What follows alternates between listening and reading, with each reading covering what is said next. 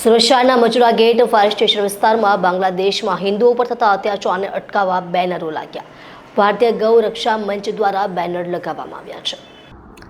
બાંગ્લાદેશમાં હિન્દુઓ પરના અત્યાચારે માજા મૂકી છે. ઓગસ્ટ 2024માં હસીના સરકારના પતન પછી સ્થિતિ વધુ ગંભીર બની છે. દેશમાં કાયદો અને વ્યવસ્થાનું પતન થયું છે. પોતાના હક માટે અવાજ ઉઠાવવા માટે હિન્દુઓ સરઘસ કાઢે ત્યારે એમના પર દમન કરવામાં આવે છે. હિન્દુઓનું નેતૃત્વ કરી રહેલા ઇન્ટરનેશનલ સોસાયટી ફોર કૃષ્ણ ચેતના સાથે સંકળાયેલા હિન્દુ નેતા ચિન્મય કૃષ્ણદાસ પ્રભુની સોમવારે ઢાકાના એરપોર્ટ પરથી ધરપકડ કરાઈ હતી. તેમના જામીન પણ નામંજૂર કરી દેવાયા છે. ચિન્મય કૃષ્ણદાસ બાંગ્લાદેશ સમિલિત સનાતન જાગરણ જોટેના પ્રવક્તા પણ છે.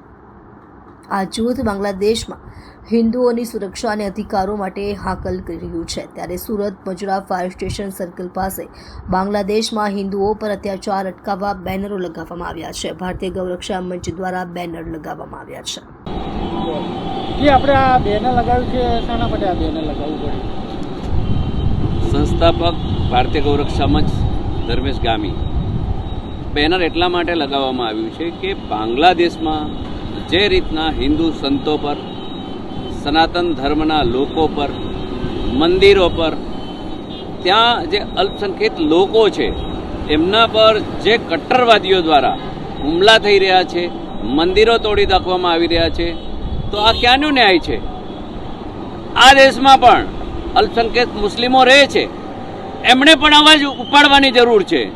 પણ અહીંના કટ્ટરવાદી મુસ્લિમો જે છે એ અવાજ નથી ઉપાડતા અને આ જે નુકસાન થઈ રહ્યું છે બાંગ્લાદેશમાં જે હિન્દુઓ પર, એ ખૂબ ખતરનાક છે. એટલે ભારત સરકારની મારી એવી માંગ છે કે તત્કાલ બાંગ્લાદેશની સરકાર સાથે કડક શબ્દોમાં વાત કરી અને હિન્દુ અલ્પસંખ્યકો પર, સંતો પર જે રીતની તકલીફ આવી રહી છે તો એમને મદદ કરવી જોઈએ ને આવા હુમલાઓ બંધ થવા જોઈએ. અને જે પણ સાધુ સંતો છે એમને જે પૂરવામાં આવ્યા છે તેમને તત્કાલ છોડાવવાના પ્રયત્ન કરવા જોઈએ.